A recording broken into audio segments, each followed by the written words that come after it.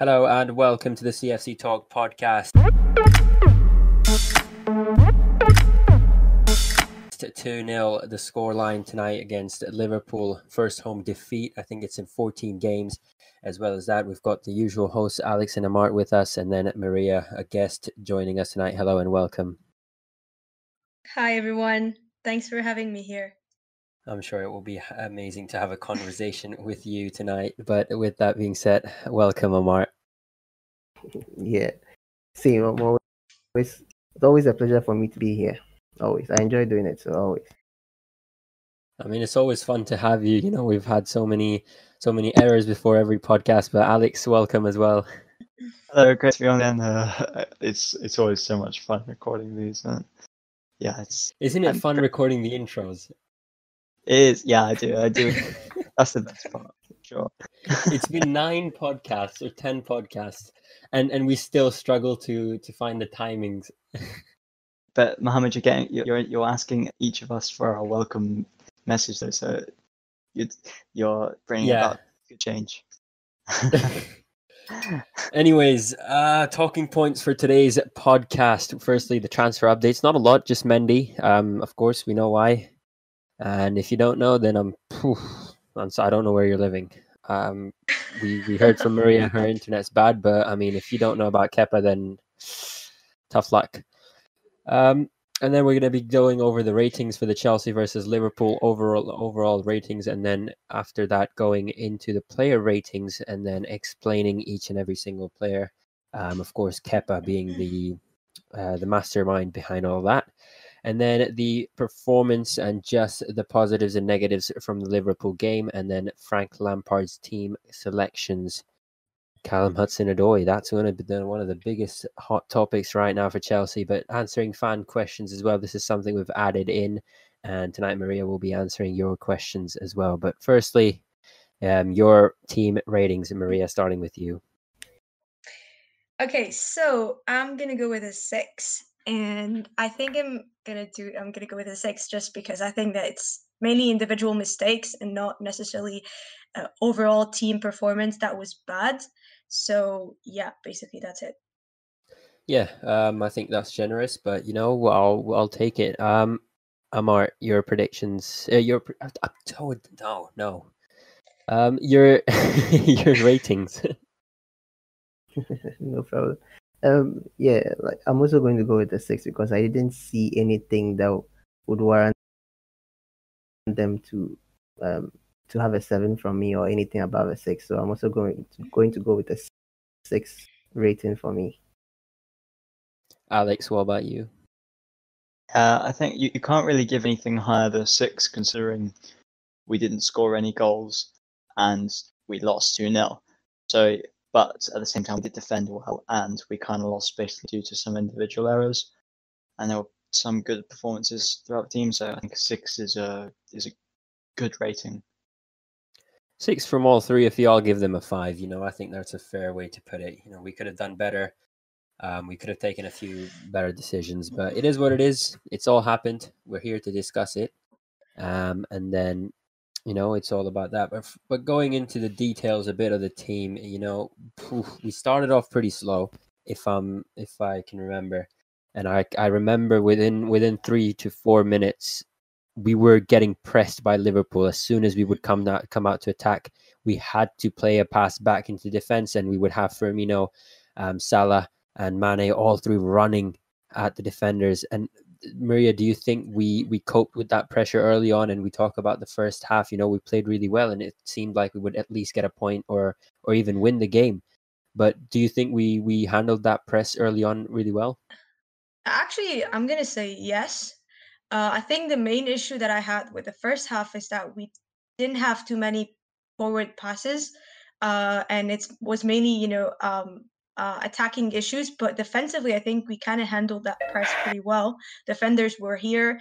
Even Kepa made some saves at the beginning. As much as we're going to talk about what happened after in the second half later, but in the first half, I think he made a few saves, and the set pieces were well defended as well, which is something surprising considering how bad our record was last season. So in my opinion, defensively and handling that pressure from the Liverpool players, I think we've done well in the first half and could have gone for. I mean, if not for the unfortunate red card and the other mistakes, we could have got a draw easily.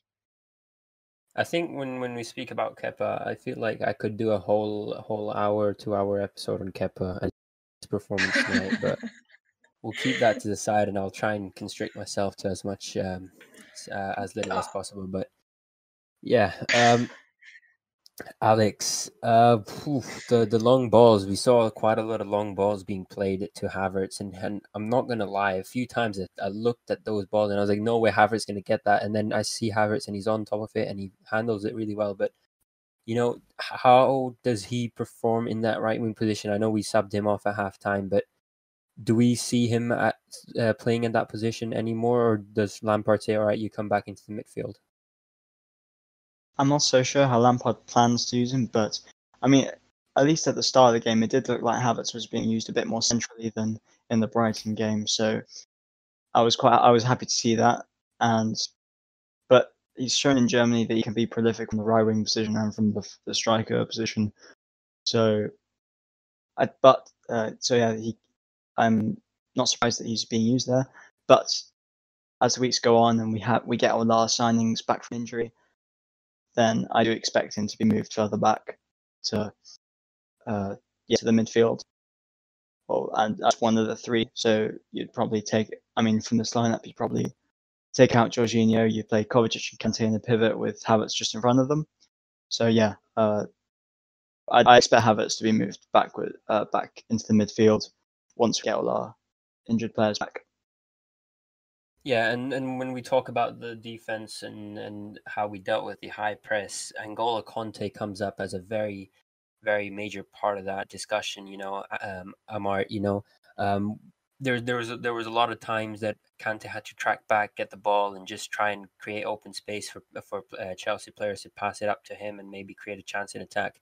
How important has he been so far? We saw him against Brighton. I think we gave him an overall rating of 8, was it? Or 9 against Brighton. But did he live up to that same performance this game, in your opinion? Yeah, I think he was, in actual fact, he was our best player on the field. Because I think without him, probably we might have lost this game by more than two goals. And yeah, I was even surprised. Some of the aerial balls that he was winning, he shot, but he was still winning aerial balls. He was still winning headers, and that was really, really surprising to me. But like you said, he was tracking back. He was winning. He was winning tackles, and he was even spreading play at some points. Giving it to Kovacic for Kovacic to start, or sometimes giving it to Jorginho for Jorginho to start the attack. And he was impressive. He acted as a fit defender, like he does all the time, supporting the defense. So even if there are some mistakes, and even the thing in the first half, he covered up a bit for Christensen in the early stages. So I think he did well. He did very, very well. And like you said, compared to the other game, I think he did way better in this than the other one, even though he won the other one. But I think in this, he solidified that midfield and he made us stronger at the back. Would you say he's the anchor of the midfield? Yeah, I will, because he was actually stopping a lot of balls going through the midfield. So if you could see the Liverpool were using their wings. They were using Money. They were using Salah. Firmino had a relatively quiet game, probably apart from the pass he gave for the first goal, but he was relatively quiet because of Kante. So they were using their wings instead of going direct. So I would say, yeah, he's the anchor of the midfield. Yeah. Again, we're talking about personal performances and each player on its own. So it's best to go into the player ratings first and then expand on how we think they played. I'll just go in an order of. I wrote down here guest and then Amart and then Alex. No so problem. if you guys don't mind that order. Yeah. Just going from Kepa, and then I'll say a name, we can say a rating, and then we can discuss that towards the end of the player ratings. So firstly, starting with Kepa. Okay, so Yeah. I'm the one who's supposed to start, right? Yeah. Okay. No pressure. I hate giving players rating. I'm gonna go with a spree because I'm just super pissed at Kepa. I mean, okay, he did a few saves, but yeah, I'm just gonna go with this for you because that mistake is so annoying. I can't forget it. Seems like you're very generous. Amart. To be fair, I gave him initially when I was writing the player stats. I gave him a 5, and then at the end of it, when I got to the end of it, I changed and I made it a 4 because the passing at the back was just I was so annoyed when we were passing when we were passing to him, because in the first half I remember writing on the Chelsea Discord saying that we should stop passing to Kepa. Like he nearly gave the ball away in the first half. I don't know whether you noticed it, but he nearly gave the ball away in the first half. There was a time that he had the ball and what's his name? Mane nearly took it from him. And he did the same mistake in the second half that led to the second goal, and that was just crazy. So I gave him a 4. A terrible mistake for that second goal. He made some good saves, to be honest. He made some good saves to keep us in the game. So I think 4 is the best rating I can give him. I think those saves came after those 2 goals, and yeah, it did. For me, I think the game ended after 2-0. But it could have been worse. It could have been 5.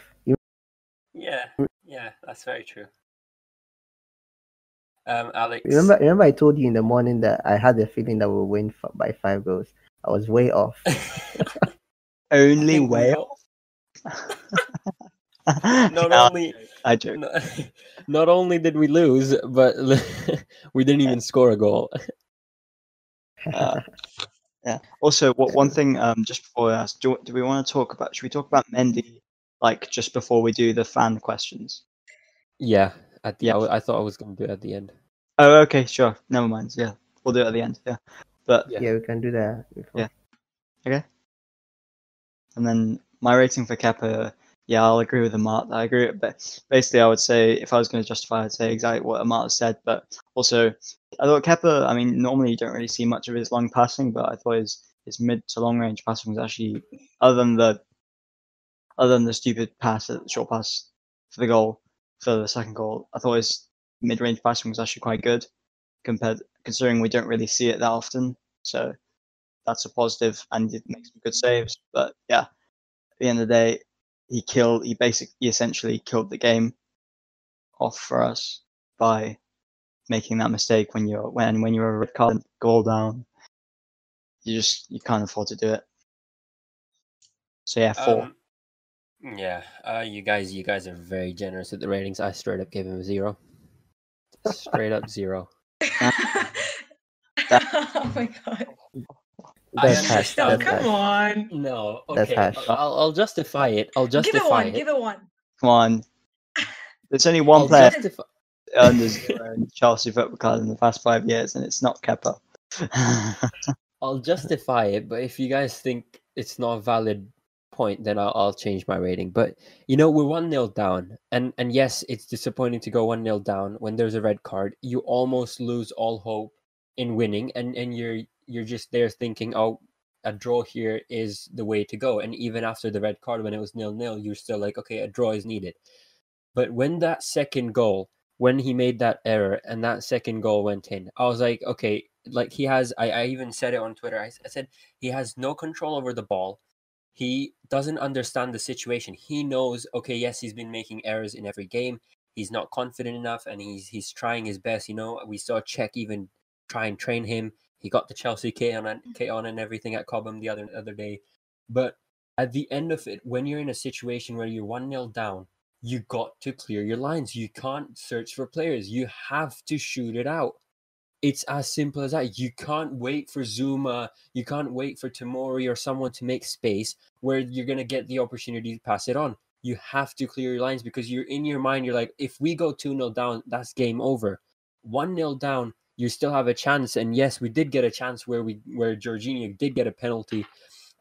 Werner did get a penalty, and Jorginho, of course, being himself, in an important situation, messed it up. So for me, that's a 0. Like you've basically, okay, yes, Christensen got a red card, and because of that we lost, but you helped Christensen and you took the blame on yourself. It's a fair argument, I think, but I don't think my only thing I could say or against it is a 0 implies that he did nothing positive when in fact Exactly. Yeah. when he Exactly. And one or two and stretch. and to defend him a bit, I'm going to defend him a bit. It's trust me, I don't enjoy this, but to be fair, I felt like it was something that the defense were doing in the first half. They were passing to him, then he passes the defense. They were playing from the back, so it's a fault on his part because he's not in full control over that back line. If he was in full control of that back line and he saw that this thing wasn't working, he could have changed it. But they kept doing the same thing over and over and over, even when we were under pressure, because the ball was passed to him, even though Mane was pressing and trying to attack the ball, because Mane missed the ball, he missed the chance, he gave a wrong pass, and after that he chased the ball down to Kepa. So the defender and the keeper should have seen that Mane is coming and clear the ball out, like Mohammad said. But still, the 0 is still harsh. All right. I'll do him one better. Make it a 1. Make Okay, it a 1 if you 1. don't want to Yeah, give it sure. 0. As- Because as Alex said, like 0 is literally you haven't done anything right. And let's be honest, on that actually red card that we got, he was getting the ball out, so that was a good he got out of his cage, but it was actually good, and some pretty okay saves, and his distribution has been better. But I mean, I don't want to defend Kepa, but a 0 is that like he's done absolutely nothing in the game, which is not the case. So that's why I say a 1. If you don't want to be nice, just give him 1. Yeah. Okay. Yeah, One exactly. seems fair. You know? If you want to know a 0, the only 0 I can ever remember was Bakayoko a couple of years ago against Watford, where he did absolutely nothing for 30 Nothing. and he got sent off. I don't think I heard his name throughout that game.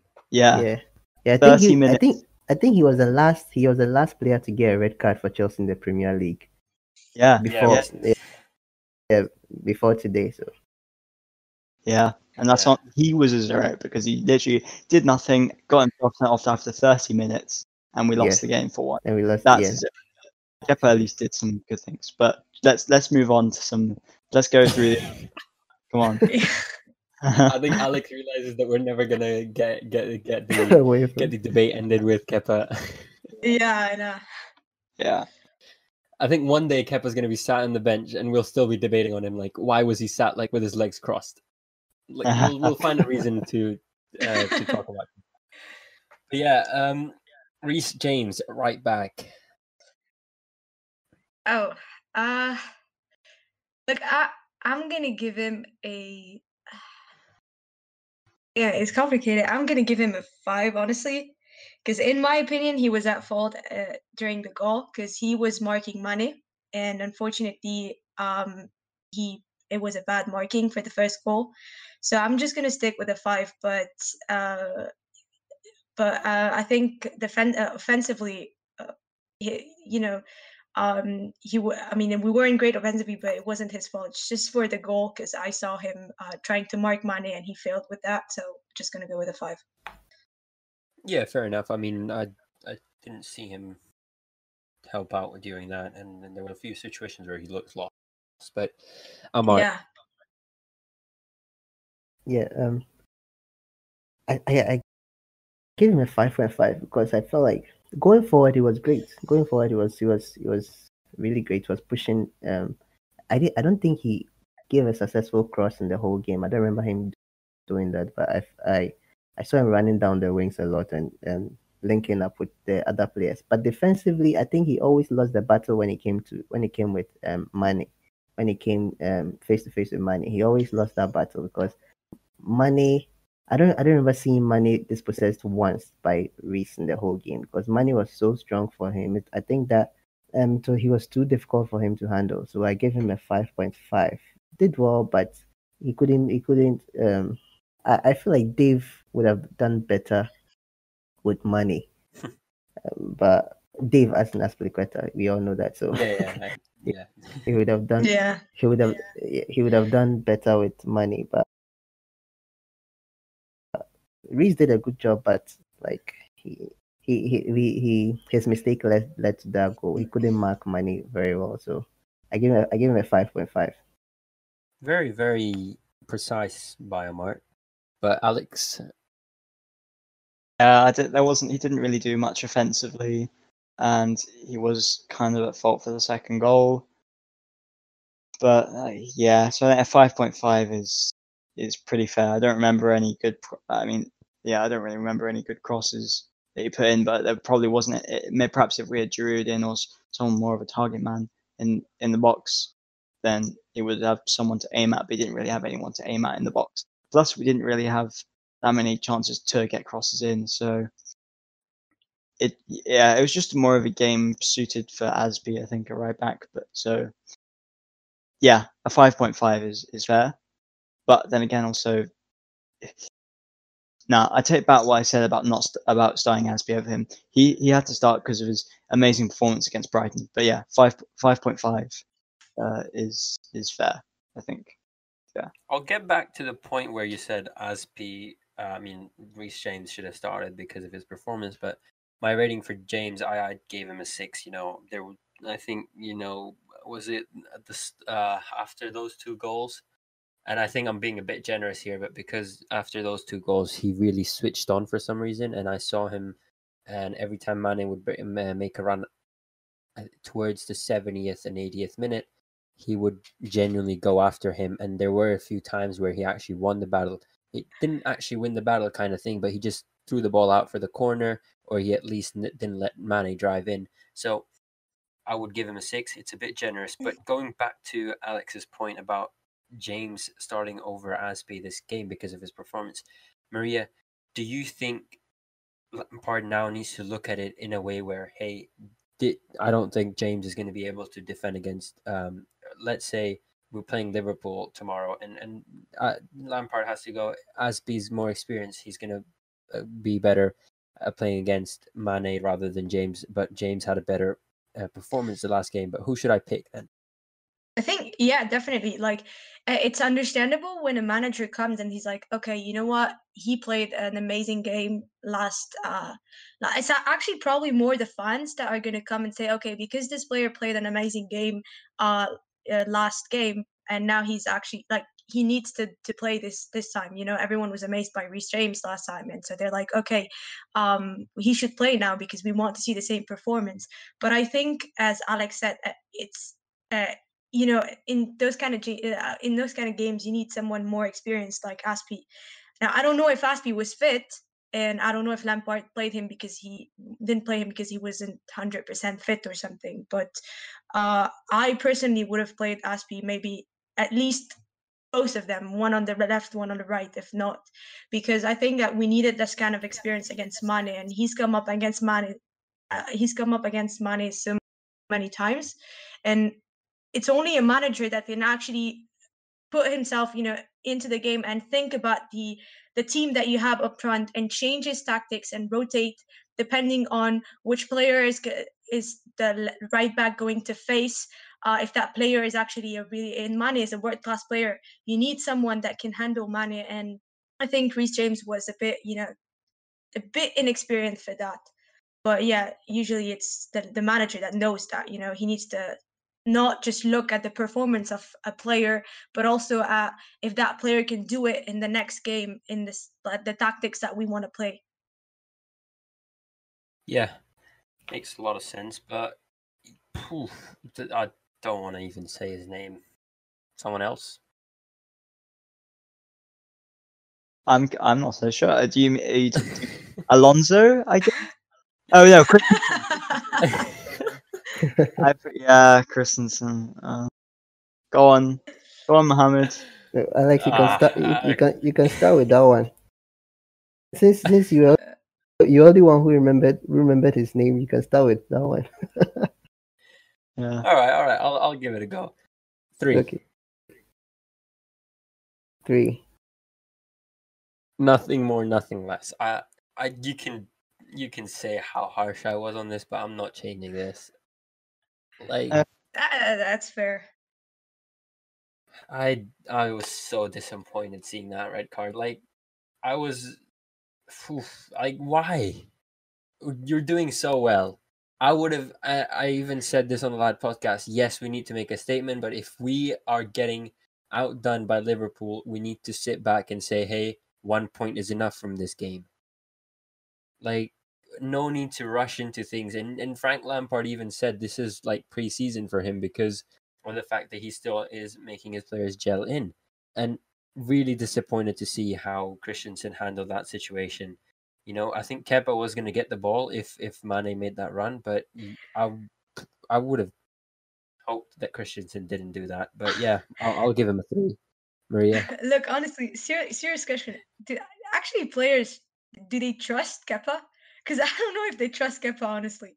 Because usually when you have someone like Peter Cech, you know that he's gonna get the ball, so you're like, okay, I'm not defending Christensen. That was a bad tackle and a deserved red card, and I'm pissed at him. So my rating is gonna be a 4 because I think that he's done fine before the red card, and he was doing fine, and basically the red card ruined everything, and I was hoping for a good game from him, but I really wondered if our defenders, because I don't know if you remember one of our games, I think it was the Liverpool one actually, where they were all shouting at Kepa, and Yeah, you it could hear was. that, and I feel like they don't trust him.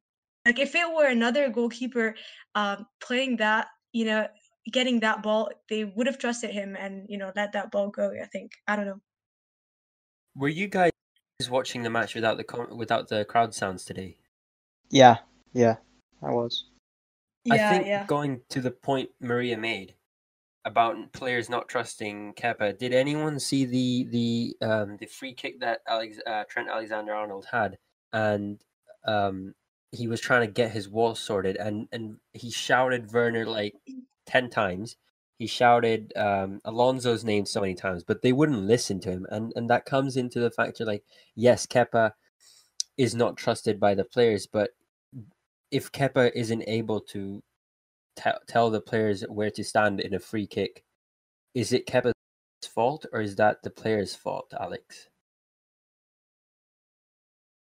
I think it's kind of normal for the goalkeepers to shout at, to be vocal on when they're arranging the wall, and I'm not so sure if they weren't listening to him. But then again, whilst there's no fans, it's still pretty loud down there, so the players may not necessarily be listening simply because they can't hear him. I hugely doubt that they're simply not listening to him, as in they're listening but not doing what he's telling them to do. So yeah, I do agree that he's not commanding, and the trust is that there may be some kind of trust issue, because I mean it's evident from the Liverpool game last season where they're all shouting Kepa when he tries to go and claim a set piece. But I refute the idea that they don't listen to him. But yeah, there are trust issues for sure. Yeah. So what would you give Christensen then? Yeah, 3. I mean, he was all right before the sending off. Both the centre back pairing and Christensen himself were solid, keeping the Liverpool attackers at bay and not making sure no crosses were getting through. So, but then yeah, he basically completely sabotaged the team with that red card. But then again, you could argue Kepa could have come out faster. But it is a fantastic ball from Henderson, and when the player, it's better to concede goal than to get yourself. For me, it's better to concede the goal than to get a red card. That's And what I was thinking. yeah, and Christensen decided that he was going to give Mane a hug, and yeah, it's just a really, really stupid thing, and I do hope he'll learn from it. But yeah, it's another one to add to the list of poor performances for Christensen. I think he's had enough of social distancing, and he just wanted a big tight hug. You know, it's been 8 months, 9 months since 2020 started. He hasn't gotten one from his manager after all of these performances, so he's like, "Come on, Manny, let's do it."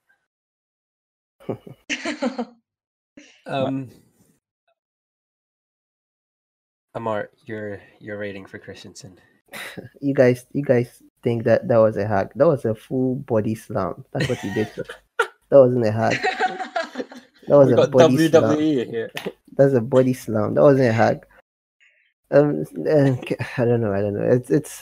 it's just the same old story. It's Christensen. To be fair, I like that guy. I like him so much. I feel like he's very, very good. But sometimes there are this small lapses in concentration, and he makes how to say it, big mistakes in the game, and that leads us to lose or something. And it's just I don't know. I at first I was I was thinking that yeah, he and Zuma can really be a tough battle. Like they can battle it out to be paired with Thiago Silva, but it's clear now that Zuma is the only one that can pair Thiago Silva.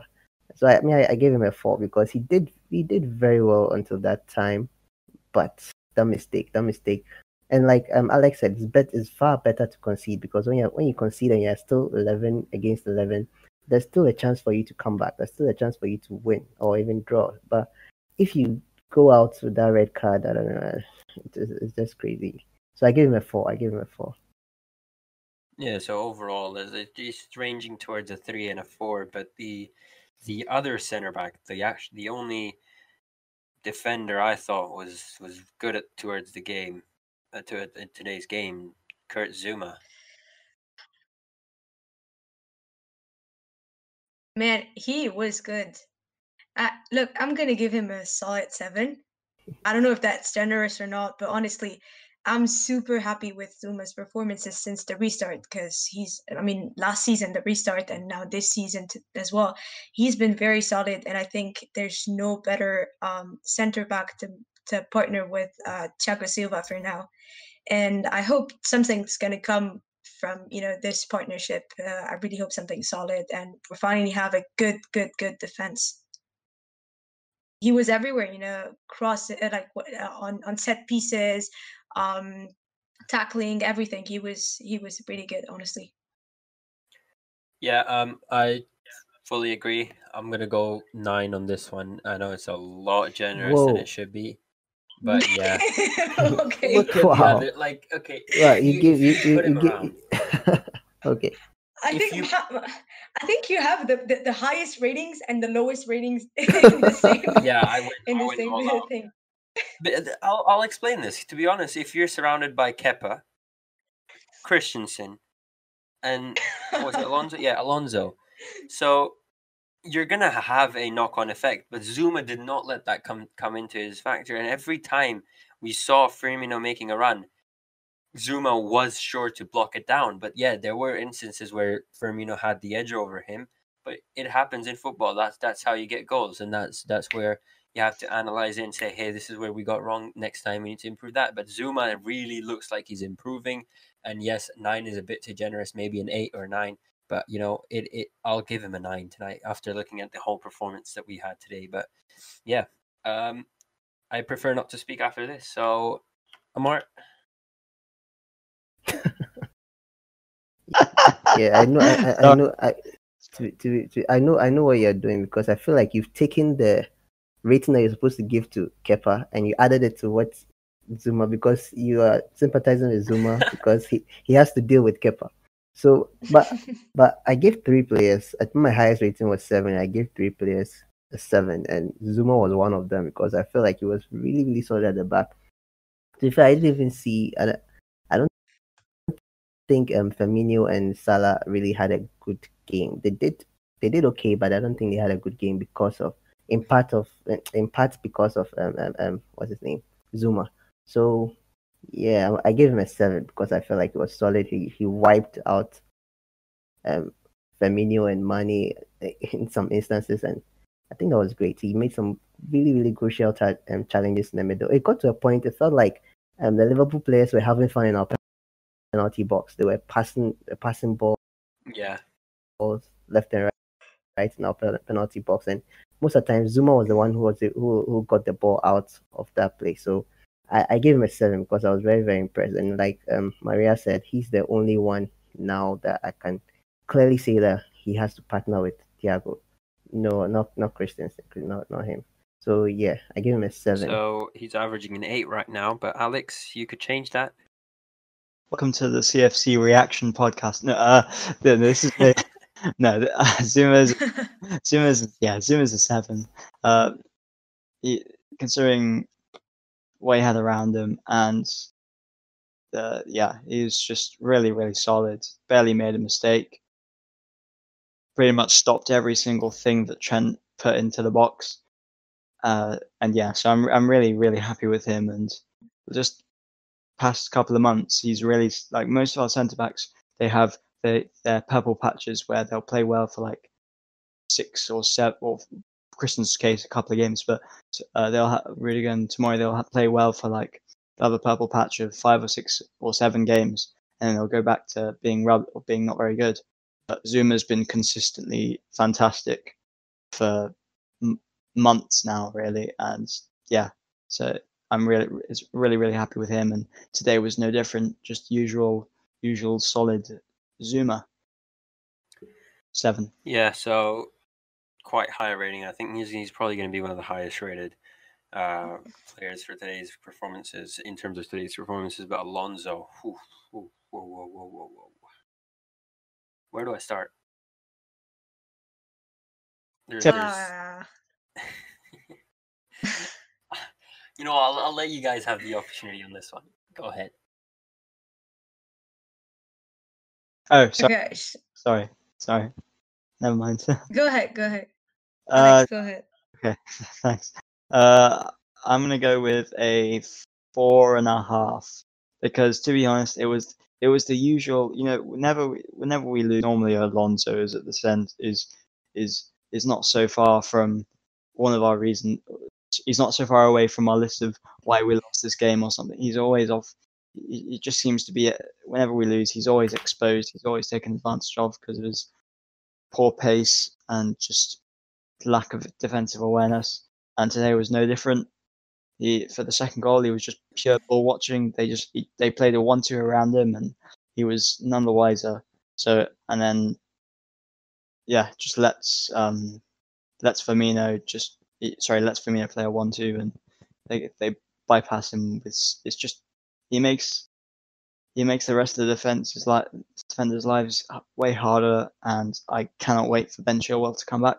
Even though Ben Chilwell may not necessarily be an amazing defender, I'm pretty sure he has better awareness than Alonso.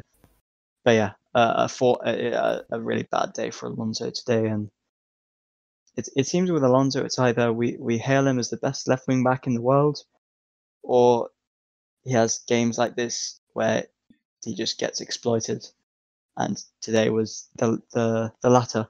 So yeah, I'm giving him a 4.5. Yeah, I'll tell my rating at the end because I want to wait and see if I've gotten closer to you guys or not. Because you guys seem to be thinking that I am too harsh or too kind. Maria, your rating. Okay, before I tell my rating, I agree with the thing about the pace about Chilwell, because I think that Chilwell has that pace, not just defensively, probably going forward as well. I think Alonso today, even going forward, he was too slow in my opinion. He was too slow, and he could have done better. And at some point, I don't know if you guys noticed, but Werner could have given the ball to Alonso, and he chose not to. I don't think he trusts him, and also shouting his name probably shows that he doesn't trust him. But I think we would have done maybe better going forward as well with Chilwell's pace. But saying this, I think I'm gonna give him a 4. Because I think he looked better than against Brighton, but still too unaware defensively, as you said. And I mean, everything that you said, Alex, is spot on. And especially he's too slow, and the pace is just defensively and offensively. He's too slow to come back, and he's too slow when he goes forward. And I think we need someone better, and probably I'm sure Chilwell will do better, even if he's not going to be the best left back. He's probably going to do better now, and then we'll see. Hopefully he improves. I've got a very good question to ask everyone, but once I get everyone's rating, firstly, Amart, your rating. I don't know. I probably give him the highest amongst the two. So I gave him a 5. I gave him a 5 because I didn't feel he had a much better game than Reece. I think he he was actually similar to Reece. Reece was getting bullied by Mane, and Alonso was getting bullied by Salah, and he didn't get the better of Salah in any form. When he was going forward, yeah, he made one or two passes. I think he made one or two good passes in the beginning to Werner, to Kai. He worked really well with Kai, but yeah, overall he didn't do well for me. I gave him a 5 especially because of that second goal.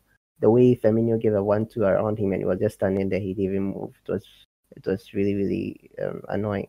So I can't wait to see Chilwell in the squad, because I feel like Chilwell will be faster. And like Alex said, you have more awareness to know what is going on around him, not like allowing opponents to be playing the ball in and around his position like that. So I give him a 5. I don't think he did extra. He did anything extra this time, but it was similar to Reece. So I gave Reece a 5.5. I gave him a 5. Yeah, I think, valid points by all three of you, in my opinion as well. I gave him a 4, so I'm getting to know what style of rating you guys give. But yeah, I mean, he didn't do much. That Firmino 1-2, as Alex said, it should have been stopped. And we do always feel like Alonso is the type of player who wants to play more attacking football and always is eager to go out and to help in the attack more than come back and help with the defense, and which is why it raises the question of, should we have started Aspie on the left? Is he, does he have a better chance at the left than the way Alonso played today, Maria? In my opinion, yes. I mean, starting Reece James and Aspie for me, that's what I wanted to see personally. Because I think that, I mean, even if you put, I would be fine with putting Aspie at right back as well, but even Mohammad Salah is like a really, really good player, and he's a world class player, let's be honest. So also you kind of need that experience, and you kind of need that. I think he's more solid than Alonso, and probably would have done, in my opinion, better offensively as well. I don't think that Alonso suits a back four. Honestly, really, really sure that Aspie would have done better. I think he does better anyway against Liverpool. He did last season, so yeah. I mean, at the end of the day, all of the players that we've mentioned so far, I've always seen that, the main point that we always talk about is experience, and looking at these back four plus Kepa, the only one who had the most amount of experience would be Zuma, because he's seen Chelsea win titles. Exactly. Yeah. So very inexperienced defense. Hopefully Thiago Silva helps fixing that, as well as Ben Chilwell. Hopefully they can be back. Yeah, actually, Thiago is going to add leadership, and we lacked that as well today, because obviously Kepa cannot command his box, and I don't think there was a clear leader in that defense. And I mean, the best leader that we have in the defense, if there's no Thiago, is actually usually Azpilicueta. He's not very vocal, but he's still a better, I think, a better leader than anyone on the pitch. But we missed Aspie, the captain, and we actually missed someone who's vocal like Thiago. So yeah, I think that's going to help us a lot. Yeah, hopefully Aspie, Chilwell, and Silva are the solutions we are looking for. But going into the midfield now, N'Golo Conte, who had a good performance in my opinion. What do you guys think? Awkward silence. Sorry. Fine. I'll kick it off then. Yeah, I think typical Kante that we know and love. It was. I think he's played well for France, and he played well in the Brighton games, the friendly and the Premier League game, and this was no different. Winning the ball back, driving with the ball, playing off to the other midfielders and attackers. He was great. Yeah, he's exactly what I expect from him. He didn't make any mistakes. So, yeah, just happy with him, and he can really hold his head high after even despite the loss. It was a really typical Kante performance. I didn't get the rating there. Sorry, it's a sorry. Avoiding No the question. You said 7? Yeah, I'm gonna go with the 7 because it's impossible for, or Yeah. at least nowadays, it's impossible for Kante to go below a 7. Like he just never does. He never goes below a 7 out of 10, and today was no different. But so yeah, I feel like 7 now seems a bit low now. I don't know. Yes, considering we lost and considering the midfield did have a couple, like we did get overrun a bit for Christensen red card.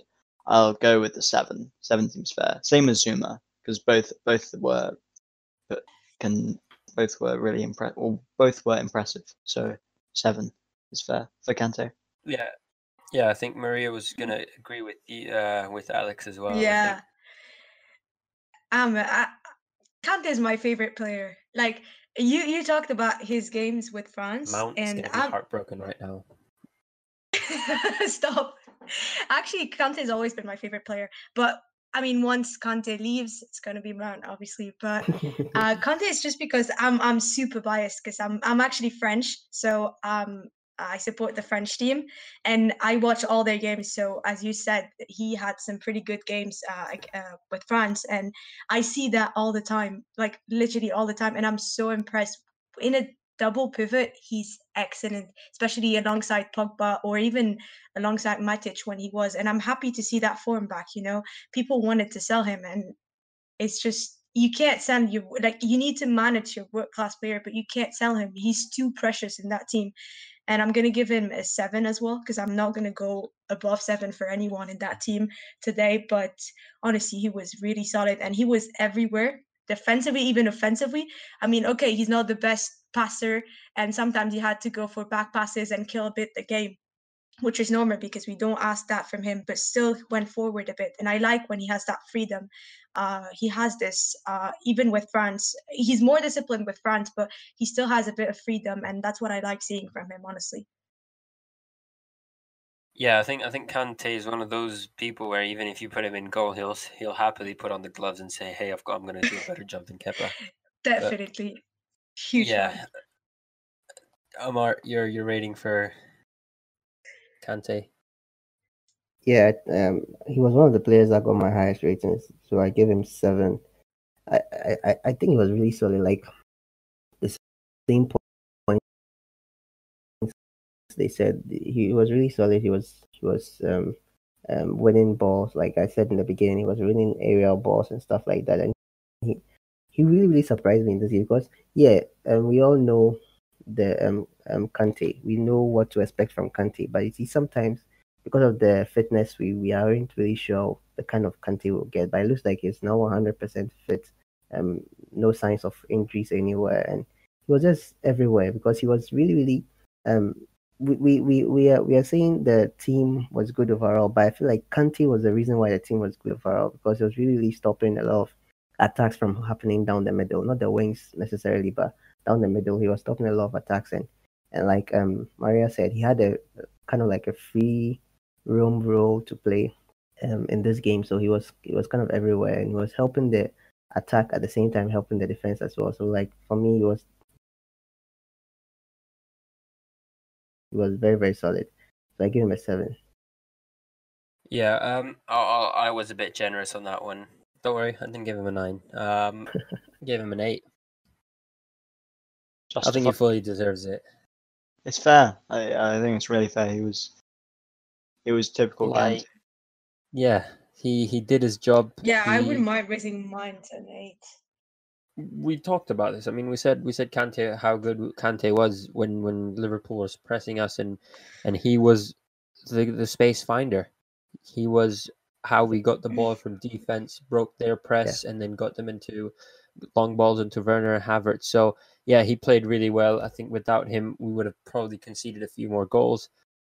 And you know, he really solidified the defense. And as Amart said, he's the anchor in midfield, and hopefully he has a great season this time as well. You know, there were rumors about him maybe leaving his prime behind, or maybe even leaving Chelsea. But yeah, hopefully he has a great season with us. But yeah, the other one, the penalty taker, Jorginho. All right. Okay, I'm gonna start. Okay, I'm gonna give him a 5 because honestly, he wasn't that bad. He had a few long balls that were fine. I think honestly the overall midfield was fine. It wasn't too attacking, and I think it lacked like forward passes a lot. But this midfield is good at controlling the ball, and I think that fair play he did that. Now I'm very very pissed about the penalty because I mean, for someone who never misses his penalties and he missed this one, come on. We could have got. I mean, look, let's be honest. I don't think it was a penalty, but still, I I think think we when he should have got a stepped up, point from that. sorry to interrupt, but I think when he Yeah, stepped go ahead. up, it looked like he wasn't composed, and it looked like he was going to miss it. And I think, if I'm not wrong, in the Brighton game, he went left, and I was like, he will go right, and he will miss, because Alisson is not one of those keepers who will say, "Oh, I'm going to get tricked." But Alisson did a great job on that, but he could Yeah, have fair done play. better on the penalty. I think yeah, he could have. He usually slots in and he does well, but not this time, unfortunately. Probably Werner should have taken it, I think. But he's our penalty taker, I had a so feeling Werner would have stepped up and said, "Hey, Jorginho, you've taken the last one. Maybe let me take this one." But he's too nice to do that. I mean, you never know. You never know. There's only Barkley can do that and be like, "Yo, I'm just gonna take that penalty and I don't care." Or Willian.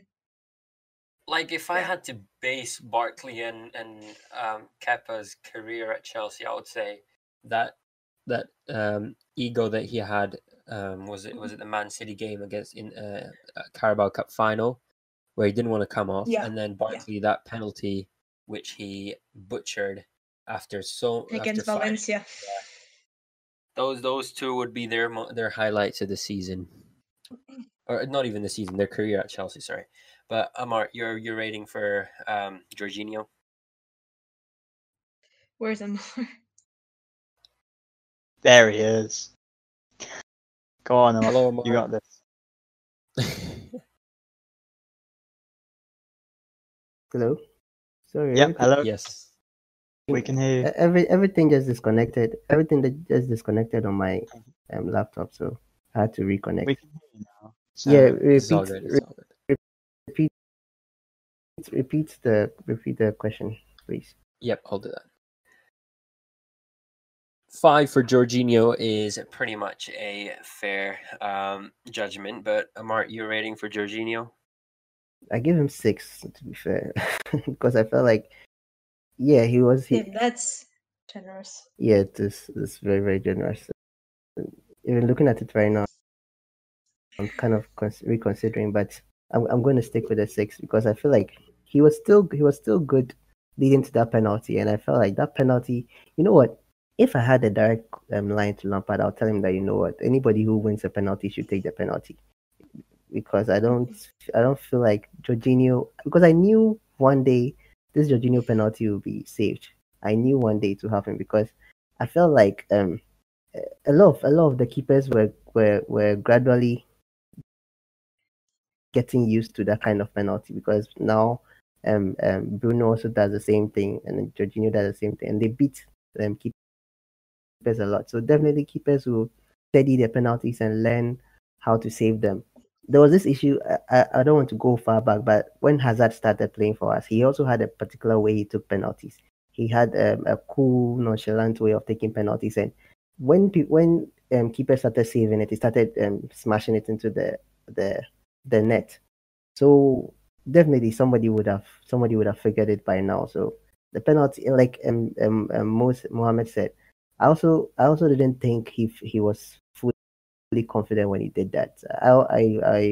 I thought Werner was going to take it, but it looks like Werner had a shoulder problem, so he was still on the ground trying to get up, and Jorginho had already claimed the penalty and taken the ball to go and stand at the spot. So I give him a 6. It's generous because of the penalty miss. It could have been higher because I feel like he was one of our better performers today. So I give him a 6, and I think the 6 is okay.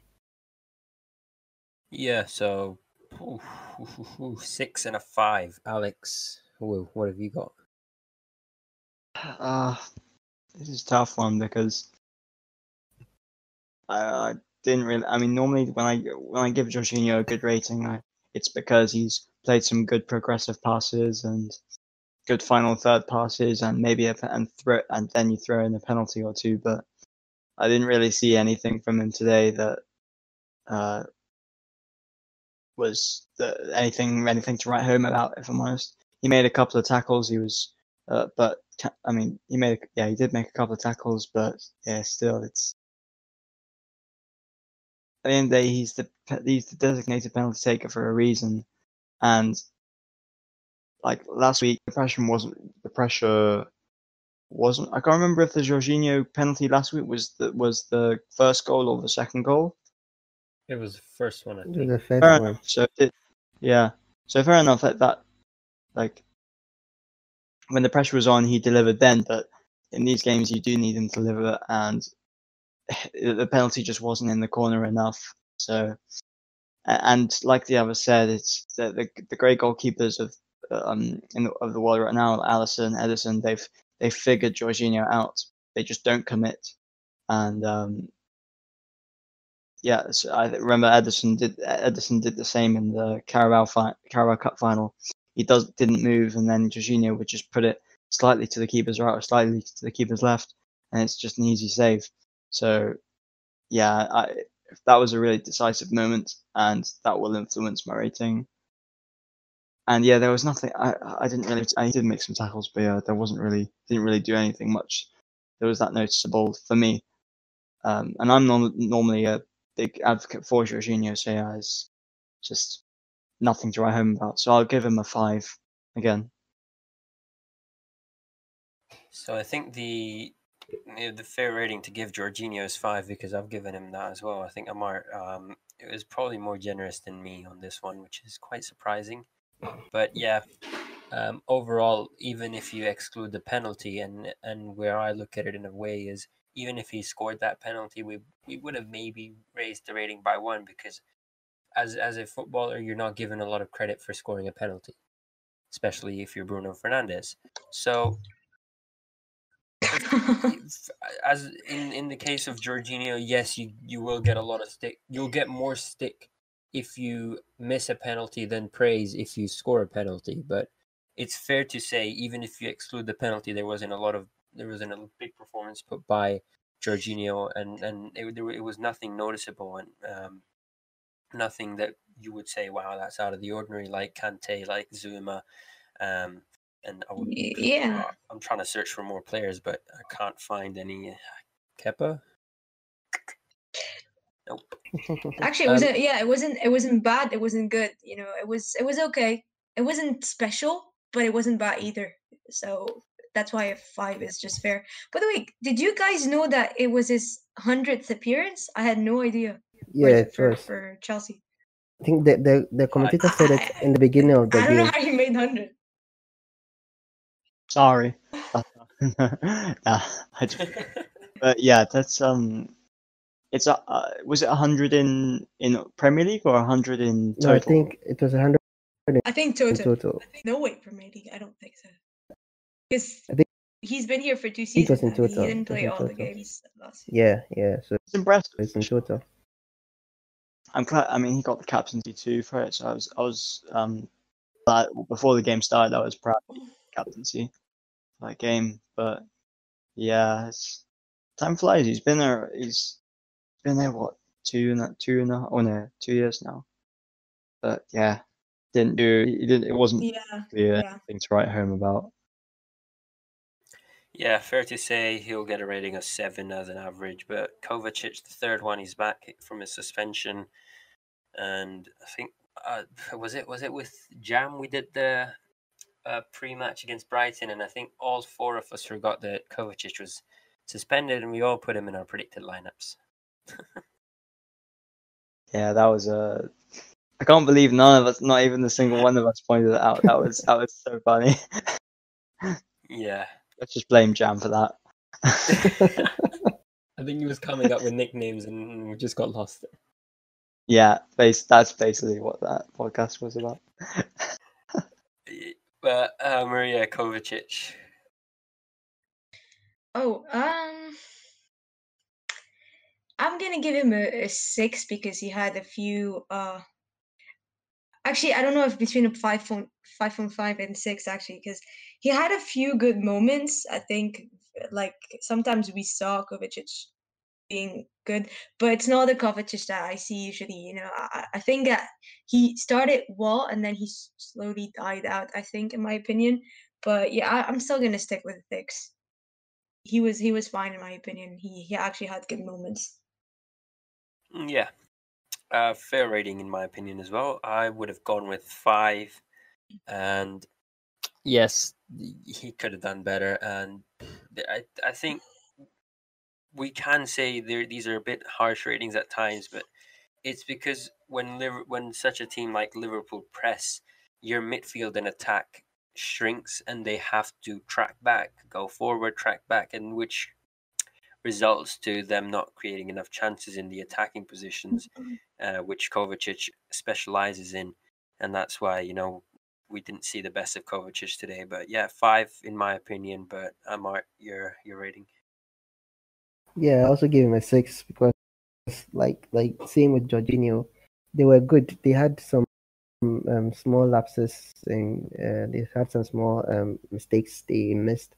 I think there was there was a ball that he lost possession. He lost possession a couple of times, and yeah, I think I gave him no, sorry, I gave him a 6.5 rather, because I don't know, but I sometimes noticed that he was playing as a number 10 sort of. I don't know whether I got it right or not, but I kind of saw it like he was playing as a number 10, somebody who was starting the attacks, because when Kante got the ball, he usually gave it to him and he started the attacks. So he was the one trying to find the pockets. If Kante couldn't, he was the one trying to find the pockets in the defense. So I think he did pretty well, and he was also solid defensively. So I give him a 6.5. Nothing really extra. I think he just did his job. When it's yeah, 6.5 for me. Yeah, around the same as the rest, but Alex Kovacic. For me, it's a 6.5. I mean, I was happy with some elements of his game. He was very good at evading that. He combined quite well with Jorginho and Kante to escape the Liverpool press. He had some really good passing combinations. He had some good driving runs, but yeah, it's once we got the man sent off, we kind of got a bit overrun in the midfield, and yeah, it's the second half wasn't great showing for him. He didn't really do. I don't honestly don't remember anything he did in the second half. Hence probably why he got taken off Barkley, I think. So yeah, it was a good performance in the first half for but yes, not much. I mean, and he made some good dribbles, but it wasn't your classic, like it wasn't your player of the season kind of game from Kovacic. So yeah, but it wasn't bad. So I think a 6.5 is a good rating. It wasn't one of our best performers, but he did the things that you expect from Kovacic, like evading press, some good dribbles. So yeah, 6.5 I think is for me. It's the rating. Yeah, I think with such harsh ratings for the whole team, 6.5 is almost like one of the best players in the team for the performance. But next on my list is Mount, but I'm gonna leave that for the last one because I want to make sure we talk about Mount and Callum Hudson-Odoi in team selections, but so we can transition there. Mm-hmm. Werner, what have we got for that one? I'm gonna go first on that one, just to get it out of the way. 7. He had a few chances. He could have converted. I think it was 19th minute he missed one. Missed one on the 37th minute, and then I've got somewhere else. Where is it? 50th minute. All 3 missed. A world class striker should at least put one on, and if not score, at least put them on target so that it troubles Allison. But that didn't happen. But the only reason I gave him a high rating on that one is because if we notice the first half, Trent Alexander Arnold did not have any space. Werner was on him every time. Alisson had the ball, Werner made sure Trent Alexander-Arnold was covered, and that was just it. It seemed like Frank Lampard told him, "Hey, this is your man. You've got to stick with him." The rest of them, they were pressing each other, they were helping each other out, and Werner had his job of just sticking on Trent Alexander-Arnold. In some situations, yes, he wasn't able to do it, but I think 7 is a fair rating for Werner. Maria? Yeah, 7 as well. Like everything you said is absolutely spot on. I think Werner is not always helped on the pitch, and we've seen that against Brighton and against Liverpool. And I think, I mean, look, he's really good positioning wise. He's got the pace, he's got everything. He does everything offensively, and the only thing that he's missing is scoring those goals. And let's be honest, that's not something that's new, by the way. People are going to laugh at Werner when he misses a tap in or something, but honestly, he missed those a lot at Leipzig. But the thing is, he actually scores a lot, which, you know, kind of balances it. So yeah, so we're gonna see a lot of that, I think, especially if he's not helped offensively. But yeah, definitely world class striker. I'm happy he's here, and definitely, yeah, 7. Yeah, so 2 solid ratings for Werner, but Alex, what's your opinion on that one?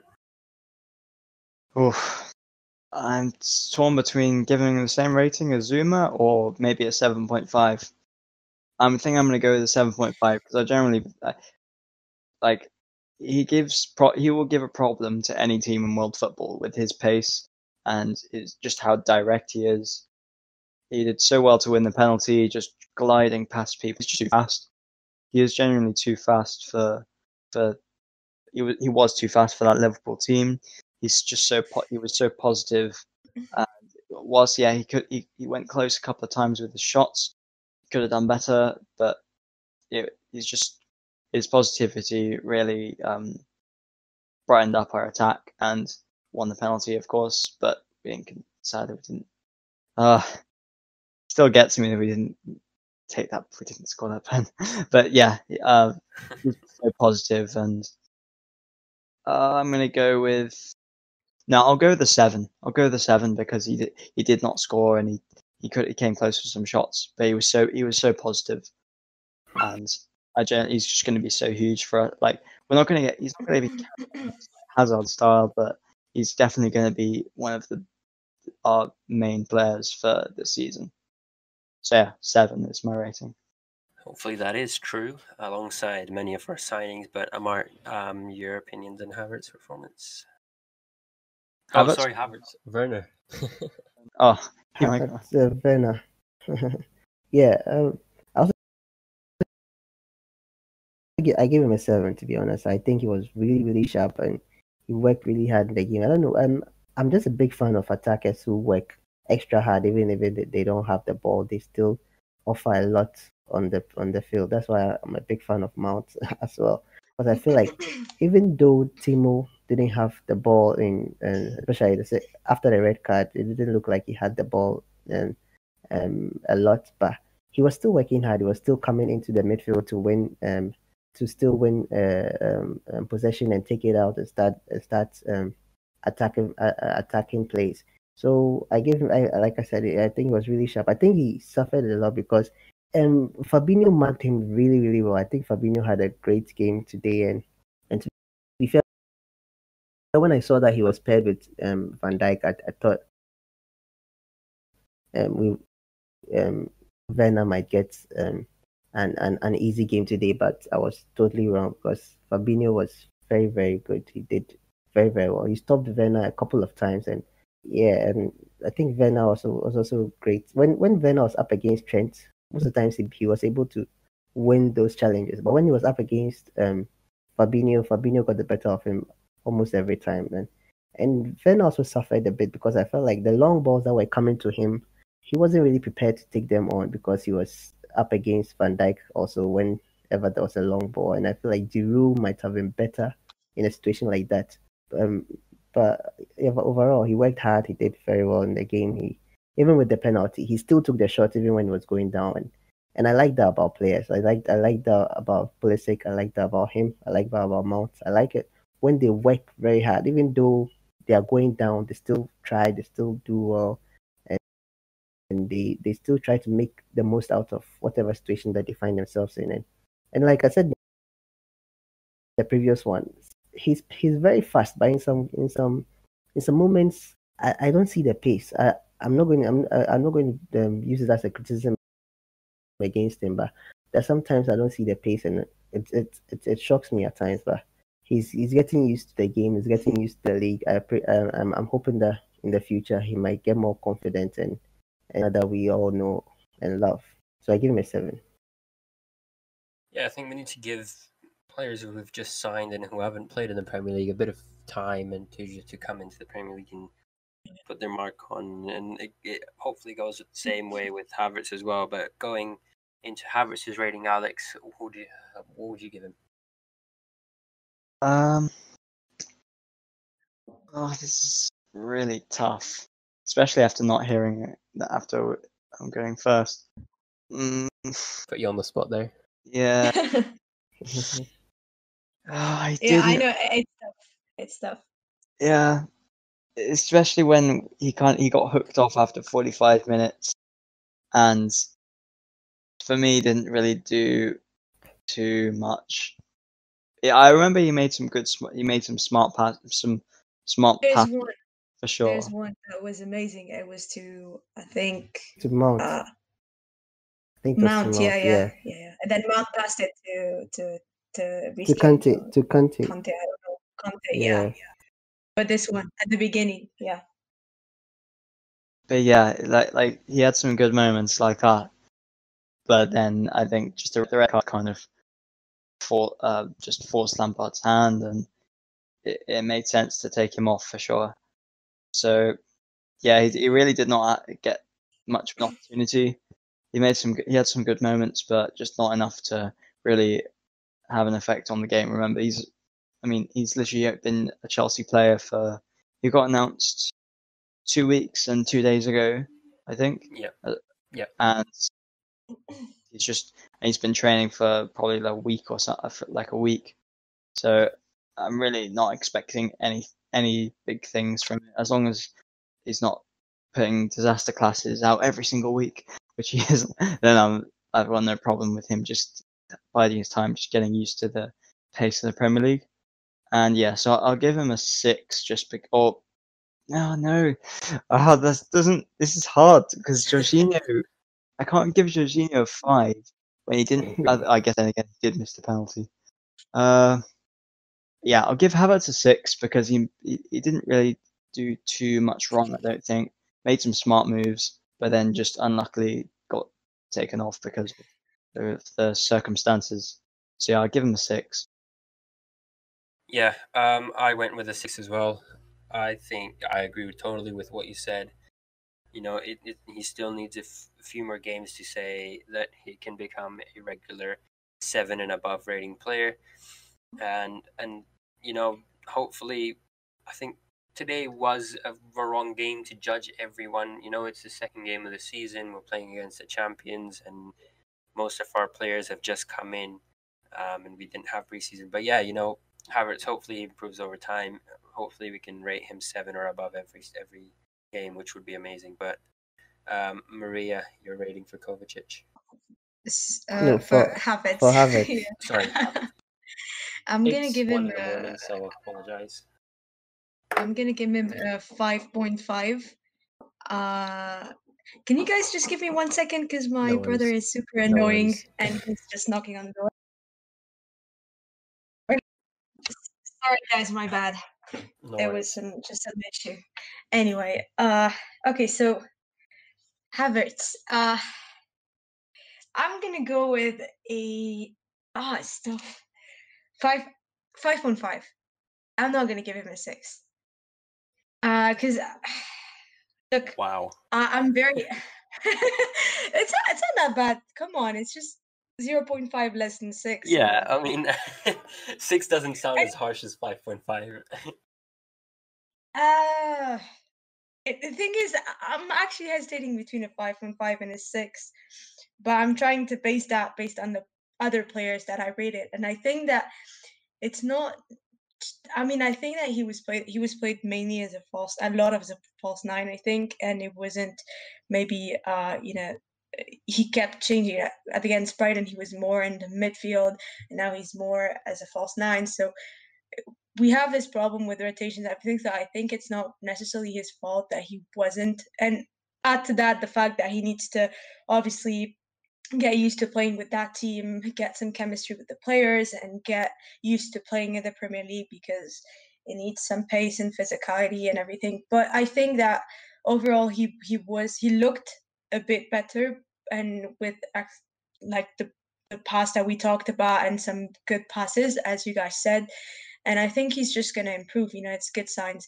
Just because I think that he didn't do much, I'm gonna stick with the 5.5, but it's very promising for the future, honestly. And I'm waiting for the moment that he improves massively and he just ends up, getting used to playing in the Premier League. And yeah, we're gonna see master classes every week, I hope. We all hope that. I mean, hopefully, no one would mind that. But Amart, your rating for Havertz? Yeah, with Havertz, I think it's an unfortunate situation because we know if Ziyech was around, Havertz would be playing his preferred position, but because Ziyech is not around yet, so he has to be playing the wings position. But I give him a 6 because, yeah, in the beginning he wasn't really. I think in the first 15 minutes it was very quiet. I don't think I saw him get a ball in the first 15 minutes. But after that, I think he made a chance for Mount, and I don't know. I expected Mount to shoot, but he passed to Kante, and then Kante was crowded out, and then the ball went back and went all the way back to Kepa. So I think he did very well because, and then there was this thing that I saw. His link-up play with Werner was very, very good. I don't know. He was playing with Werner. The chemistry he has with Werner off the field shows clearly. It shows clearly on the field as well because they were doing very well. And it's unfortunate that he had to come off because I felt like leading to the red card, he was very, very lively. He was very, very sharp. He was winning a lot of area balls as well, and he was having a flick and pass and here and there. And I think he was doing very well. So I give him a 6, and yeah, I think that's it. Yeah, I mean, overall 6 for Havertz all around. But before we get into talking about Mount, well, let's give one rating for the 3 substitutes that we had. Just one. Okay, for all of them to Yeah, just combined or like individually. Combined. Yeah, combined. Combined wouldn't be fair because I feel like Tomori did very, very, very well. If you combine it, I don't think it would be fair on Tomori because he did extremely well than Tammy and Barkley. Let's do it as everyone says. Make it tough. Make it tough. All right, combine it is. We don't need to explain. So. Yeah, general rating. Otherwise, we're going to be here until the next. I think we've hit the 2-hour mark. Yeah, we've got a few other topics to discuss. Yeah, that's true. Let's just go. Quick rating for the subs. Amart, go on. Hit us. Yeah, for all three, I'll give them 6. I give them 6 because of Tomori. So, Barkley didn't do much. Tammy didn't do much, but Tammy got a shot. So I think that was it. Yeah, I agree. Tomori did very, very well. Is pretty fair. Tomori really staked a claim for that he should be playing, or at least. But then again, Thiago Silva will come in, which will limit his chances. But Tomori really staked a claim for being the go-to backup centre back. And then Barkley didn't really do much, and Tammy. I think Tammy did have a shot, but yeah, it's not much to say about. So yeah, 6 is fair for me. Yeah, I'll go for 6 as well. Mainly because of Tomori and everything you guys said, so nothing to add. Same here, 6. I mean, Tomori raises that rating up, but Tammy and Barkley just had a very average game, and on their own they weren't really well. But Who? The main man, the talk of the hour, Mason Mount. Oh no. Yeah. Let's get a rating in, and then we can discuss Mount versus Callum Hudson-Odoi. Okay. Uh, I'm gonna start. Okay, I'm gonna give him a 6. Not because I'm biased. I'm not. I'm actually not. Really, I'm really not. But look, what I like about Mount is whatever you put him, he might not be the best player, but he's still gonna make the effort. You know, it's not like he looked like, I think, lost or like he was lazy, you know? I mean, for me he made the effort. He wasn't the best, and it's not easy, especially you're playing him out of position. But not just that, and it's not his fault. Not just that. Now, first of all, he's played out of position, and second of all, he's played out of position, and we were down by one man, and that man turned out to be an attacking player at the end because we subbed Havertz out for we subbed Tomori in for Havertz. So for me, you're playing it out of position, and you're playing him in a front in a attacking front of like 2 players instead of 3. So it's actually not something he's used to do. So that's why I think it's not his fault. And honestly, he looked for me personally. I think he tried to do the job, and I like when he makes this effort, and that almost goal that I actually missed because I went outside for a moment, and I'm sad I missed it, but yeah. And honestly, yeah, that's why I would give him a 6, really, for the effort, for the determination that he puts in, even if he's not playing the way he should play, and I think that's only fair. So yeah, no bias. Yeah. I went with a 6 as well. Not much to say. Yes, I thought he was gonna get standard. I thought you fell or something. No, it's just a happiness scream because he always gets like No, I mean, Wizard Junior. He's always the scapegoat.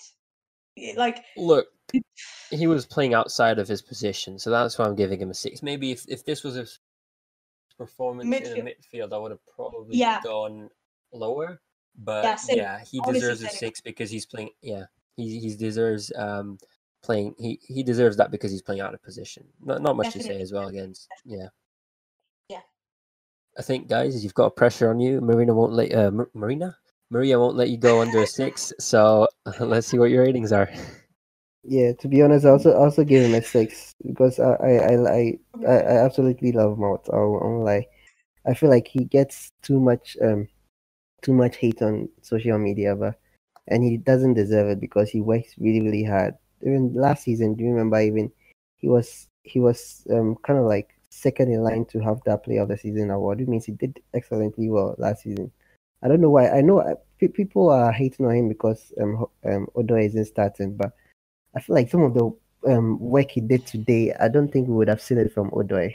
I think we wouldn't have seen it from Odoi that much, but Mount did very, very well. And even the second half, he took the one of only 2 shots that we had on target in the second half. I think apart from Tammy and him, no one else had any shots on target. So he did very well, and I feel like I initially thought Lampard might take him off, but in the end I realized why he didn't take him off, because Mount is more defensive than Kai. So, and he did well. He didn't do much. He didn't do much going forward, but he was at the back a lot, winning back possession and defending a lot. So I give him 6. Like I said, I love him. I honestly see him as a Lampard, a reincarnation of Lampard. But I know a lot of fans won't like to hear that. But Mount is very, very hardworking, and there are big things ahead for him in the team. Yeah, hopefully he does turn out as Lampard. I mean, none of us will mind. But Alex, it's a tough one. Like, I think I can't give Mount anything less than I gave Havertz, because at the end of the day, they both had some very good moments, some good drive. Or Mount, I thought Mount, he wasn't bad for sure. He had some good driving runs to when we were trying to get into their half, and like you say, what was winning the ball back well, doing what he usually does. He wasn't necessarily bad, and he didn't really mess up any chances. So I can't give him any less than I gave Havertz. And if I gave Havertz a 5.5, I would give Mount a 5.5. But because I gave Havertz a 6, I really can't go any lower than that. But I agree with you guys in the sense that Mount does get too much hate, and it's not because of him. It's just the frustration. It's the frustration that we don't know why Hudson-Odoi isn't starting it over. The Hudson-Odoi, the winger that we have, is starting. That's actually so true, by the way. Yeah. It's a more frustration than anything, I feel, because people, instead of blaming Lampard, I mean, it's not about blaming Lampard. I guess he has his reasons and stuff that we don't know. But people go on and just start hating on Mount with Lampard's son and everything, when it's not really his fault because he didn't ask to be played. You know, he didn't come to Lampard and be like, okay, I'm playing over Callum, you know. He didn't ask to be played as a winger. We all know he likes to play probably in the midfield, and he's best used as an 8. But he didn't have a choice, and Lampard trusted him, and he trusts him, I think, because he can deliver, and he delivered as a winger before. So there's no reason why he can't deliver. He couldn't deliver today. I mean, he didn't much, but he didn't ruin anything either. He was fine. So yeah, it's more of a frustration, I think, over why Callum isn't playing, or when Kovacic isn't playing, why Kovacic isn't playing, and Mount is, Jorginho versus Mount debate. It's always someone versus Mount. Yeah, classic. Yeah, exactly. I agree. I think last season it was Pulisic versus Mount, because they were saying Pulisic wasn't getting started, but Mount was playing all the time. Because he was not fit. That's the thing. I remember everyone against Liverpool. Everyone was pissed when actually Pulisic came on second half and he looked super like fit, and he actually delivered and everything. And everyone was screaming Lampard out and like, why didn't you start Pulisic? And I'm like, man, I mean, just trust the guy. You know, if he thinks that Pulisic is not fit to start, but he can come off and make an impact from the bench, then trust the guy. And at the end of the day, he did get injured 2 games later. So Yeah. Pulisic is someone that you need to manage properly, because he gets injured quite a lot of time. You know, he was supposed to be back, and look at now, he got a knock again, and we're back again, and so waiting until he becomes better. So it's not. I don't even expect, when Pulisic will be actually fit and on the bench, I don't even expect Pulisic to start for a while, because we need to manage him. Yeah, he does need to be. And it's really it hurts in a way how much it's just how Pulisic, how it's not fragile isn't the right word, but just you say it right, how he needs to be managed, because I think everyone would love to see him peak Pulisic play every single week. But exactly. Oh my, peak Pulisic is. And sometimes I feel like sometimes the fans also forget that these guys are also young. They are very, very young. So they are also getting the experience together with us even watching them. So, and they're also in social media. So all those hateful things and stuff that we say about them, sometimes they see it. It sometimes it gets to them. So I think we need to give them time to be able to gel properly. The season has just started, so the hate can just cool down. I mean, hopefully it does. The other debate I want to start off, and this is kind of controversial. We saw Thiago come on for Liverpool, and I think, did he sign this week? Was it? Yeah, I think he signed Wednesday? 2 days ago or 3 days ago. Friday, man. Sorry, I meant last Friday, week. and But then on for Liverpool. Yeah, he signed. The guy signed on Friday. Probably he didn't train. Exactly, much. And Klopp got him on, and Lampard said he needs time with Thiago Silva. Because not all players are the same, and also it's different positions, and also what was I going to say? they're also a man. When you're a goal up and a man up, it's quite easy to. Well, actually, no. Was Thiago brought on after they scored, or No, before. No, before. He was brought on Yeah. at halftime. Fair enough.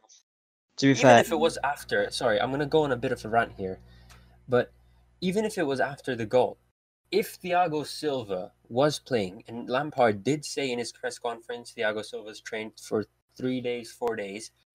If Thiago Silva was playing in that game, firstly, Christensen wouldn't have gotten a red card. There would have been a commanding centre back. Kepa would probably not have made those mistakes. And now that I look at it, and I'm like, when I saw Thiago come on, and I was like, why isn't Silva not even on the subs? Like, okay, maybe get him on. Maybe like if he was in the subs, we could have seen Silva come on, not Tomori. But why? Like, okay, I understand there's a difference of position, but still, Thiago Silva with experience, he's played for 12 years at PSG, so he's got that mentality of coming to any club and saying, hey, I'm the commanding center back and I'll lead you guys. So why wasn't he starting today's game? And when it's been 5-6 days, as Lampard said, that he's been training for. Yeah, but you see, the thing is, one, like Alex said, they are different players, and then two, they are different teams. So every team has a way of integrating their players into the first 11 or the main team. And I feel like Thiago came on early because I was even surprised to see him even training and warming up and coming on. But I feel like with our history recently of injuries and stuff like that, look at Ziyech. Ziyech had some time off, but he just played a friendly in against Brighton, and he got injured, and he hasn't been back since. So I feel like our team or Lampard's technical team doesn't want to risk any player who isn't really much fit to be pushed into the team, because if he's pushed into the team, imagine he starts and he gets hurt. You know who is going to get the blame? Who's going to get the blame? Lampard is the one going to get the blame. So I think he is taking his time with these players. Yes, he would have made a difference if he played in this game, but I feel like it is best for him to take his time to join the team so that we can get the full, we can get the best out of him. But I still feel like Thiago Silva should have started ahead of Christensen. Important question. Didn't Thiago train with Bayern before coming here? Yeah, he Because did. Thiago was quarantining two weeks, so Thiago hasn't like, okay, yeah, he came and he trained starting I think Tuesday maybe, but like Thiago was training for way longer, so that's Yeah. why, in my opinion, Thiago wasn't still on the bench. And I think there's something that happens in training. Maybe I don't know. I think Thiago is the kind of player that just gets into every team and he doesn't need chemistry with everyone. Or I don't know, they discussed with, he's been training well at Bayern and they probably discussed his training or something. I don't know how it happens and what happens, but what I know is Thiago has been training and he's been training probably hard at Bayern, and Thiago has been quarantining for 2 weeks. So probably that it's something that has to do with that. Yeah. But if you look at it in a way, okay, I understand you guys said he may not have been match fit and he would have probably not played the full 90 minutes, but when it was time for Tomori to come on, why didn't we see Silva? Why wasn't Silva at least on the bench? Give us hope. Give us some type of... Actually, I'm gonna agree with you on that. Yeah, we could have seen, like, he could have been on the bench. Actually, I don't see the reason why he wasn't. Probably something that we don't know, but I think yeah, if I know, I've seen that he was doing well in training and he was fit enough to play and he was not rusty, not so I would have put him on the bench definitely, but I'm not going to complain because I gave Tomori a few minutes, and I mean, he probably wouldn't have started, so that's out of the question. I think probably Lampard wouldn't have started him, just like Thiago didn't start. But coming off is nothing to, like, if he came like 45 minutes on, probably would have happened after the red card. Yeah, maybe we would have not conceded, but I still think Tomori did a pretty good job. So I won't like. I'm okay with him not playing and Tomori playing. Yeah, but to be fair, also, Thiago didn't really impress that much. He didn't do much when he came on. He gave 1 or 2 passes, but he also caused the penalty, so it would have gone against him. So probably putting him in, forcing him into this game probably wasn't the best decision to take, because I didn't see any impact that he had. He didn't have that much of an impact in the game. Oof. Yeah. Well, I mean, to be fair, you could say also you need match fitness to even be on the bench. So you could say that Thiago Silva. I mean, after the 2 weeks quarantine as well, you'll definitely lose a lot of fitness there. So it's. But I agree, Mohammed. It is frustrating, but also you don't want to risk. You probably wouldn't want to risk Thiago Silva. Yeah. Nothing Yeah, like exactly. when the game's pretty much done. Also, on the point that he didn't really do much, he played more passes in a half than any Chelsea player did in 90 minutes. And although yes, I mean, he did play. He didn't get any assists. He did concede the penalty. He only played a couple of smart passes, but he really helped control that midfield and played a lot of passes. But also, I mean, we also know Thiago for his dribbling, and we didn't really see him too much of that. But for a debut, it really wasn't. It wasn't so bad. But he did. I mean, if we scored the penalty, you could say that that's different. That's not true. So it's a fair point.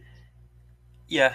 Hopefully we do see them. I'd love to see Thiago Silva, Caballero, and everyone start next game in the Premier League.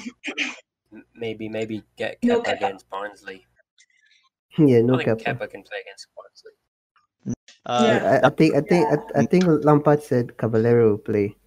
He said that Yeah. he made that decision before the game. So Lampard's Oh. confirmed it. He's gonna change it. I think his post-match interview, he looked super mad at Kepa.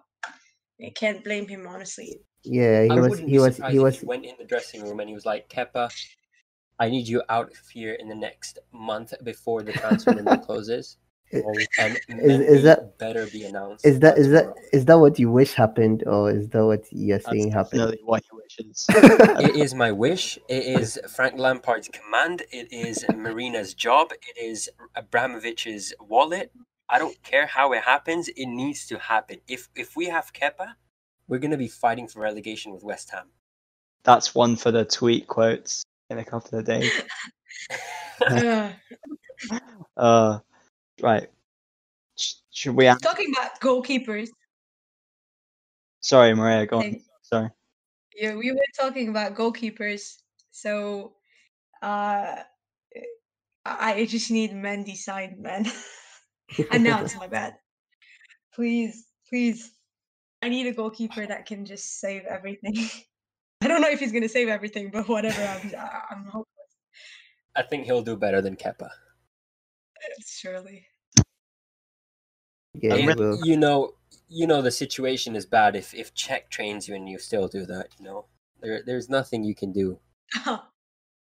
He had a great season, first season again. Was it under Sarri, and then it just went downhill from there, and it's never been the same for him. I backed him up, and I said yes, maybe additions in the defense will help him, but tonight, there was nothing wrong with the defense, I did too, by the way. and nothing now wrong. it's time we stop backing him. No, I'm not gonna say nothing wrong. No, Okay, yeah, that's the wrong statement, but nothing wrong with the defense. That's something. But that second error by that second goal was, Of course. almost Kepa's I mean, fault. You see that with ball-playing goalkeepers a lot, though. I mean, Ederson has done that on multiple occasions. So you did that in a World Cup final, by the way.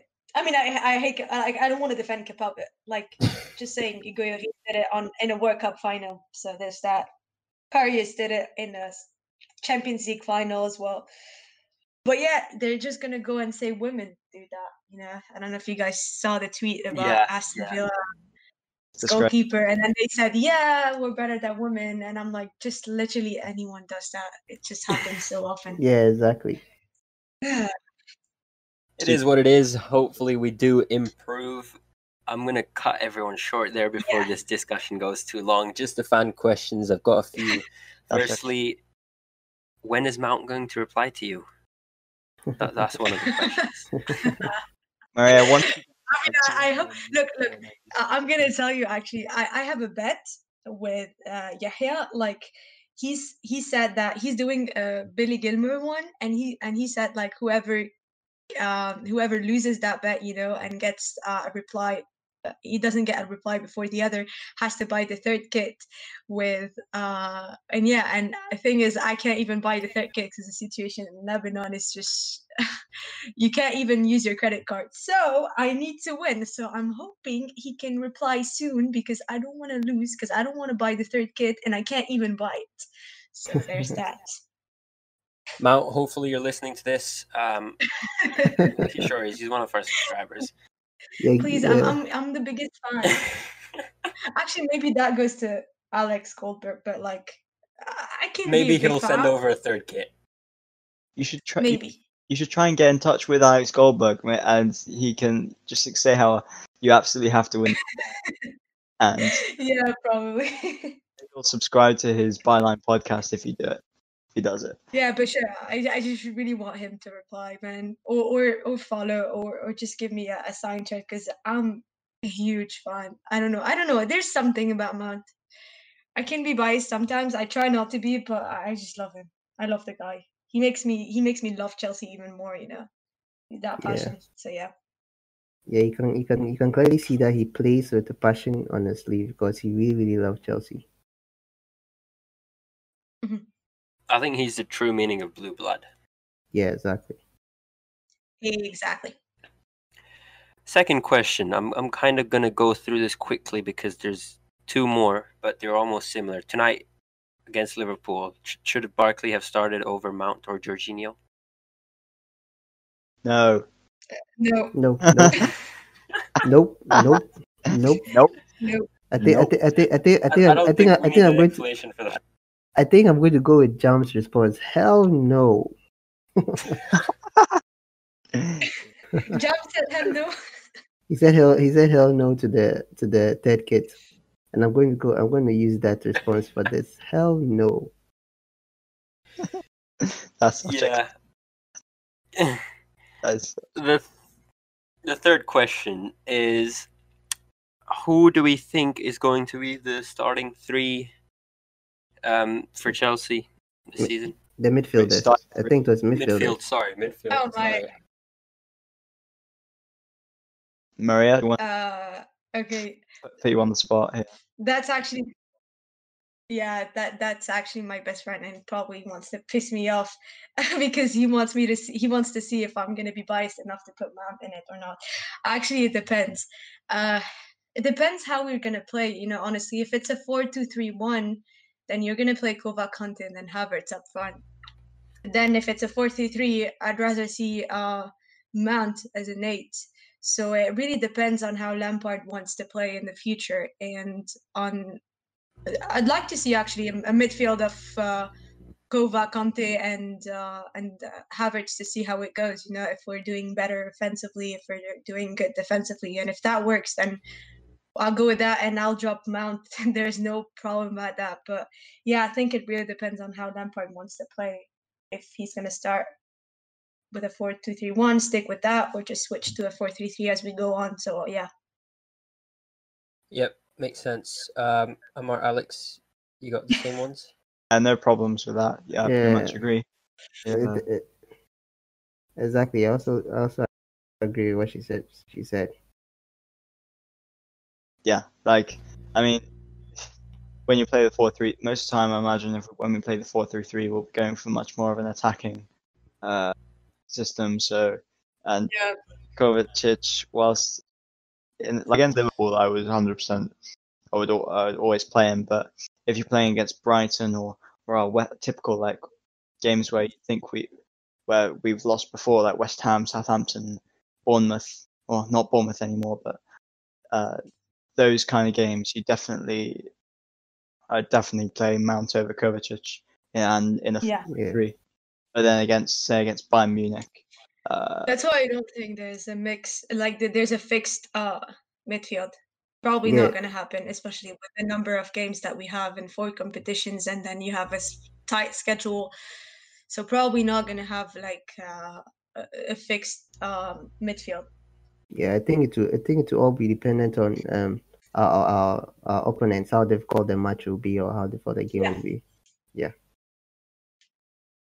Whatever it is, hopefully it works out for everyone. Just final updates on the transfers. Mendy has been confirmed by Fabrizio Romano. Rene has also confirmed that he'll be leaving. Chelsea have not announced him yet, so hopefully once he is announced, Kepa can probably warm up the bench and help out with the kits. But yeah, I think that's about it for today's podcast. It's been a pleasure talking to everyone, guys. Maria, thank you for coming on. Thank you so much for having me. It was really cool. Honestly, I needed that.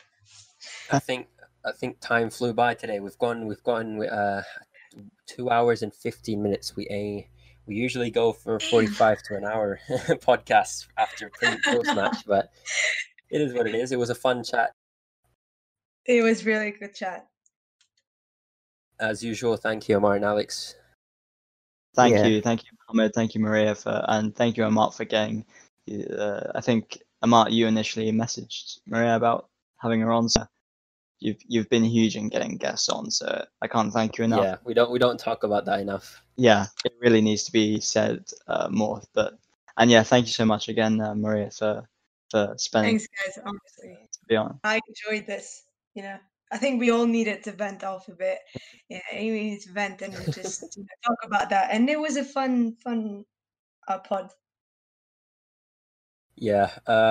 Thank you guys for watching. If you're watching it on YouTube, make sure to subscribe and leave a like, rating, comment below what you thought of this Chelsea performance against Liverpool, and as well as how badly you want Kepa to leave on a scale of 10 to 10. And with that being said, I think I'll give this award to myself. I fixed my jokes from last podcast. I think I tried forcing Amart and Alex to laugh, but it didn't work. But this time it has. So thank you guys again. If you're listening on Apple Podcasts, Anchor, Spotify, or Google Podcasts, or any of the platforms that we upload on as audios, then make sure to add it to your playlist. It really does help us when you listen to this and support us. Make sure to share the podcast for a chance to be featured on it, as well as that. Big things coming up. But before that, thank you to everyone who works behind the scenes. As Alex mentioned, Amart for helping out everything with the guests. We've got Adam with all the edits. He's gonna have an amazing time editing this 2.5 hour podcast. Devan with all of the match day edits, as well as everything he does behind the scenes with the thumbnails and everything. Dominic, who will be joining the team as well. We talked about this, and he will help us out with some of the posts as well. Sohan as well. Everyone works really hard behind the scenes. Thank you to everyone, and we'll hopefully see you tomorrow for the preview against Barnsley, and hopefully no Kepa in that lineup, but we'll see you then.